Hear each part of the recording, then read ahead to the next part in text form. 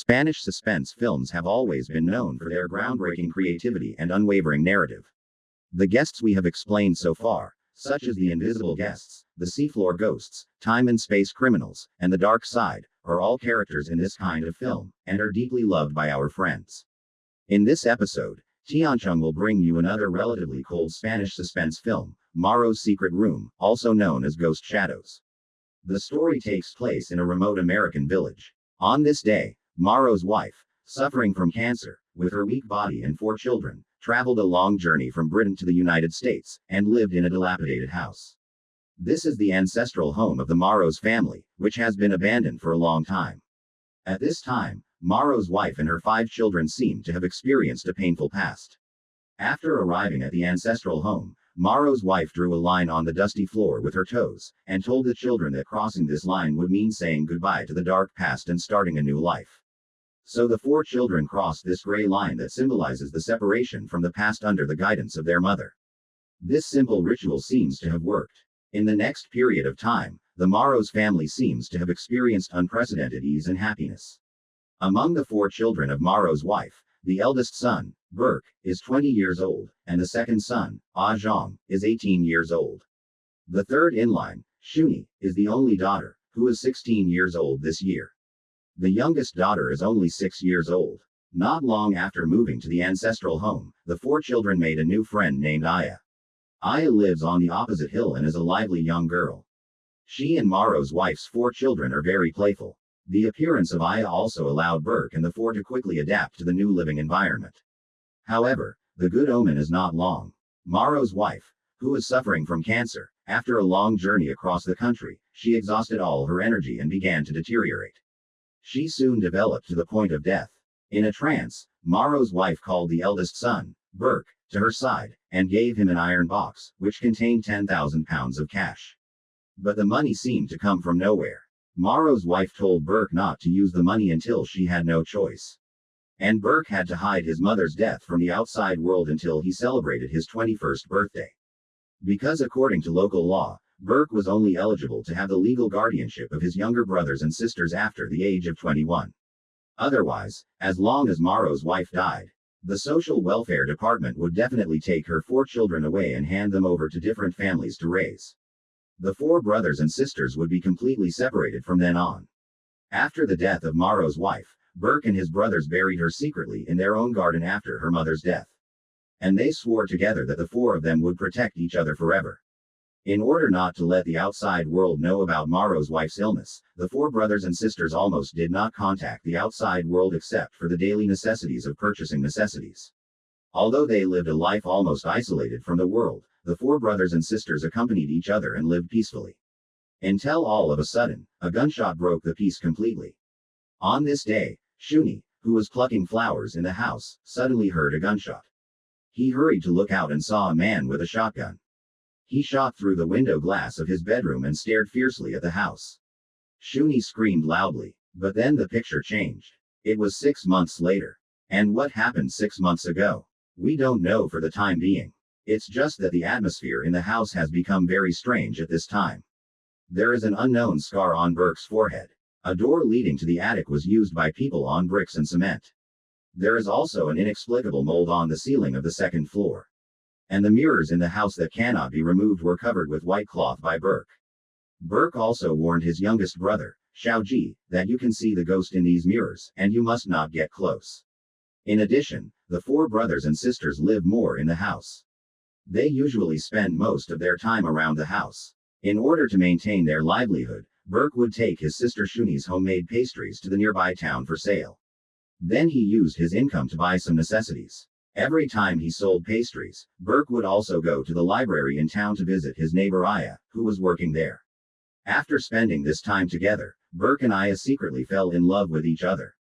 Even so, Burke still did not reveal the news of his mother's illness to Aya.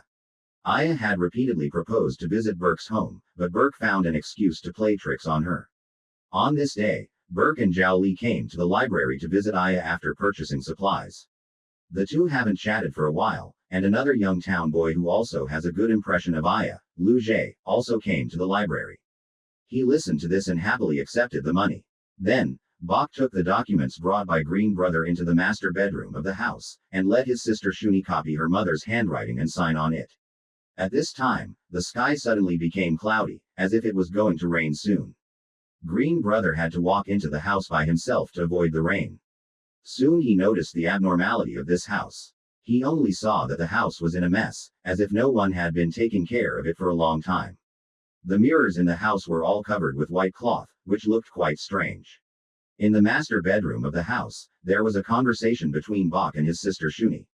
Green Brother subconsciously walked to the bedroom door and wanted to hear what the two brothers were talking about. Fortunately, Bok had already left the room with the signed documents. After sending Green Brother away, the four brothers were all relieved.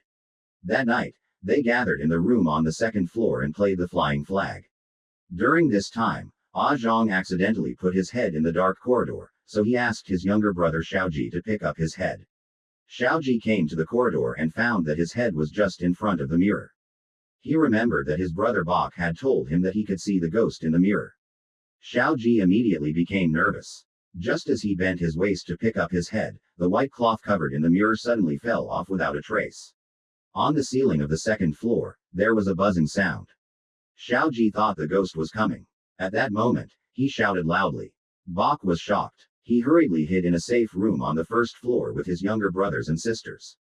This safe room was built by the four brothers and sisters with branches and beds in the house. In order to comfort the shocked younger brothers and sisters, Bok turned on the speaker in the safe room and played a familiar tune. Then he went back to the second floor alone and stood on the chair and covered the mirror with white cloth again. At this time, he was surprised to notice that a large beauty appeared on the ceiling of the second floor, which had just been painted yesterday. Not only that, but also the perfectly finished ceiling broke a small hole at some point. Bok subconsciously looked up at the attic above through the hole. As a result, he saw a terrible-looking unknown creature climbing in the dark attic. Bok fell down from the ladder and passed out on the spot. After waking up again, Bok found that he had been carried back to the safe room by his younger brothers and sisters. After learning that an unknown creature had appeared in the attic, Shuni thought that the four of them had used the cursed cash in the iron box to bribe the family. In order to remove the curse and drive away the evil, the iron box had to be returned. The agile Ah Zhang heard this and hurried up to the roof with the iron box. Then he opened the wooden board sealed with tobacco and threw the iron box into the attic from the tobacco. In the next few days, the lives of the four brothers and sisters were back to normal. Until one day, Bok and Azong had a fierce quarrel. The reason is that Bok and his girlfriend Aya were getting closer and closer. He often left Azong, Shuni, and Xiaoji alone to go on a date with Aya. Azong was very upset about this and thought that Bok had not done his brother's duty. Xiaoji saw the two brothers quarreling so much that he became very upset and unconsciously missed his mother who had passed away. Finally, he hid alone in the bedroom where his mother lived when she was alive. There was a whole mirror on the door of his mother's bedroom. Bok had warned Xiaoji not to get close to any mirror in the house. But Xiaoji missed his mother so much that he opened the closet involuntarily. He smelled the clothes inside and wanted to find the smell of the remains on his mother's body. At this time, the white cloth covering the door of the mirror slipped down. Xiaoji immediately screamed and hurriedly grabbed the white cloth on the ground and wrapped himself. Through the gap, he vaguely saw that there was a large ghost in the mirror. He was also wearing the same white cloth. Xiaoji's screams soon attracted Bok, Azong, and Shuni. After the three comforted their brother, they privately discussed whether to tell each other the truth of the matter. It turned out that the man who broke through his window glass with a shotgun 6 months ago was actually the father of the four brothers, that is, the husband of Mrs. Marrowbone, Lao Za. Lao Za not only often raped his wife and children, but also a vicious robber. Mrs. Marrowbone moved here with 4 children from the UK to escape her past miserable life.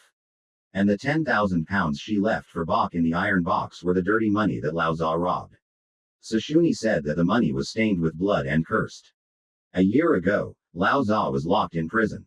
Mrs. Marrowbone took the opportunity to take the 4 children back to the ancestral home and wanted to start over here. But what surprised Bok and his 4 brothers was that their father Lao Za not only successfully escaped prison, but also found this place. 6 months ago, when Lao Za threatened the 4 brothers of Bok with a shotgun through the window glass, Bok, Azong, and Shuni eventually joined forces to subdue Lao Za. And then he locked him in his own cell and let him kill himself. In order to cover up the noise of his father's ruckus, the three also lied to their younger brother Xiaoji that this house was haunted. The problem is that Lao Za has been locked in the cell for 6 months and should have died in it. How could he still make a noise? Did the other party become a ghost after death? Bach and his brothers have not yet figured out the secret in the cell. A new trouble has come to the door again. On this day, lawyer LV found that Bach was in love with Aya. In the heat of the moment, he investigated Bach's background. He wanted to know more about the other party's dark history and the relationship between Huangqi and Aya. Soon, LV found that Bach had a drunk father who was willing to escape again. He then handed over the information he had found to Aya and wanted to convince her to give up Bach. Then he followed himself to the big city of New York. As a result, he was rejected by Aya. When LV, who had a gray nose, returned to the office, he received another call to urge him to pay. It turned out that his law firm was having a difficult time recently and owed almost $5,000 in foreign debt. LV, who was upset about his love affair, angrily swiped a document on the table. At this time, a news report about Bach's father, Lao Za, caught his attention. The report said that Lao Za had robbed 10,000 pounds. The whereabouts of this dirty money are still unknown. This reminded LV of the 200 pounds lawyer fee Bach paid for himself. He suspected that the 10,000 pounds that Lao Za had robbed were now in Bach's hands. And he noticed that Mrs. Marrowbone's signature on the document left a trace of pencil marks. Based on these clues, LV immediately guessed that Marrowbone, who had cancer, should have died of illness a long time ago. The signature on the document is fake, and Bach's purpose for hiding his mother's death from the outside world should be to worry that he is not up to the legal age and is not qualified to obtain the legal guardianship of his brothers and sisters. As a result, the four brothers and sisters had to separate. In order to maintain the operation of the law firm and pay off the foreign debt owed, LV came to Bach's house and directly asked him for 10,000 pounds. If Bach refused to pay, he would tell the world that Mrs. Marrowbone was sick and that Bach's father was a fugitive. Bach was forced to compromise. But he told LV that the 10,000 pounds his father had robbed were hidden somewhere outside. He waited for him to take the money out tomorrow and give it to LV. After LV left, Zhang decided to go to the attic by himself and take back the iron box that he had thrown into the attic with cash. When he came out of the house, he climbed into the attic with a rope from the chimney. It was late at night. The dark attic smelled of smoke. With the glow of the match, Zhang saw a lot of eaten rat bones scattered on the floor. There were also 2 jars of rainwater in the corner. In a hurry, Zhang finally found the iron box in front of the window. Who knew that when he was going to climb out of the chimney with the iron box, a figure suddenly rushed out in the dark and pulled the rope. This person was his father, Lao Za. I guess Lao Za lived to this day by drinking rainwater and eating rats. At this time, Zhang hurriedly took out a folding knife from his pocket and cut the rope. Then he got rid of Lao Za and climbed out of the attic through the chimney. But because it was too chaotic, the folding knife he carried and the iron box in front of the window all fell into the attic. And when he climbed out of the chimney, Zhang's waist was scratched by the rough edge of the chimney. After returning to the house, he told the 3 of them that his father Lao Za was still alive. The young Xiaoji cried on the spot. Bach was also stimulated and suddenly fell to the ground. It seemed that there was a concussion. Because Zhang's waist was injured, Shuni could not cope with the situation in front of him alone. He decided to ask for help from Aya. In the middle of the night, Shuni used a flashlight to send a set of Morse code to Aya, who lived on the other side of the mountain, and asked her to meet him tomorrow. This was a communication game that the 4 brothers used to play with Aya. The next morning, Aya came to the small forest where she first met the 4 brothers of Bach. And found a diary of Bach here. It recorded all the strange things that had happened in Bach's ancestral house recently. It turned out that on the day 6 months ago, after Bach's father Lao Za broke the window glass with a shotgun, the elder Bach hid the 3 of them in the attic and locked the door. Then he took the iron box with the money and went to talk to his father Lao Za. The father and son then came to a cave near the seaside. Bach begged his father to take the money away from here and not to disturb the lives of the 4 brothers. After Lao Za got the money, he began to beat Bach madly. Because it was Bach's report that led to Lao Za's robbery and murder being exposed, and he was locked in prison. So he wanted to teach this righteous son a lesson. Bach stabbed Lao Za in the throat with a folding knife that he carried with him to save his life. Bach took this opportunity to turn around and escape. But soon he was caught up by Lao Za at the edge of a cliff. Lao Za finally pushed Bok down the cliff without hesitation. Fortunately, Bok only fainted after falling off the cliff. I don't know how long it took for him to wake up from a coma and immediately think of his brothers and sisters locked in the attic, so he ran home in pain. On the way, Bok also picked up a shotgun dropped in the woods by his father. At the same time, his father Lao Za jumped into the lock of the attic from the chimney on the roof. By the time Bok got home, it was already too late. He stood at the door of the attic, calling out the names of his brothers and sisters. But there was no response. The house was dead silent. After a minute or two, a low, hoarse voice came from behind the attic door. It was Lao Za. In a raspy, broken tone, he tried to persuade Bok to open the door. In that moment, Bok realized he was one step too late. His brothers and sisters must have been terrified of being killed by their father. To stop Lao Za from escaping, Bok quickly grabbed a plank and sealed off the chimney that connected to the attic. Then, using bricks and cement, he blocked off the attic door completely, trapping the bodies of his father and siblings together inside. After finishing everything, Bok, completely broken and full of self-blame, decided to end his life using his father's shotgun. But just a second before pulling the trigger, a soft, familiar melody drifted from the safe house he had once built with his brothers and sisters. Bok followed the sound and saw, in front of him, his two brothers and one sister peacefully sleeping in the safe house. But in reality, it was just an illusion, a creation of Bok's fractured, tormented mind. Those brothers and sister were no more than personalities Bok had split into after the trauma. This imagined scene made Bok lower the shotgun and abandon the thought of suicide.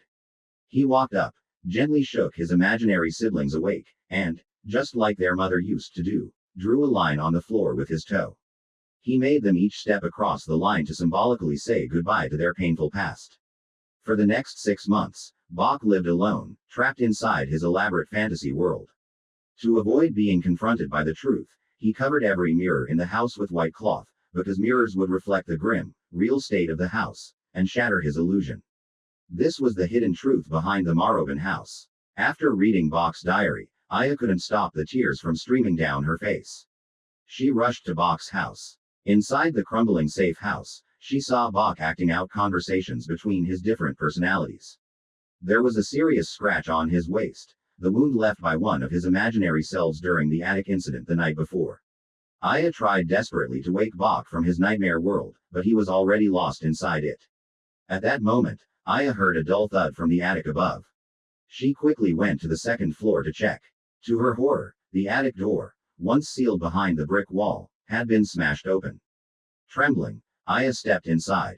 In the corner of the attic, she saw the decayed corpses of Ah Zhang, Shuni, and Xiaoji.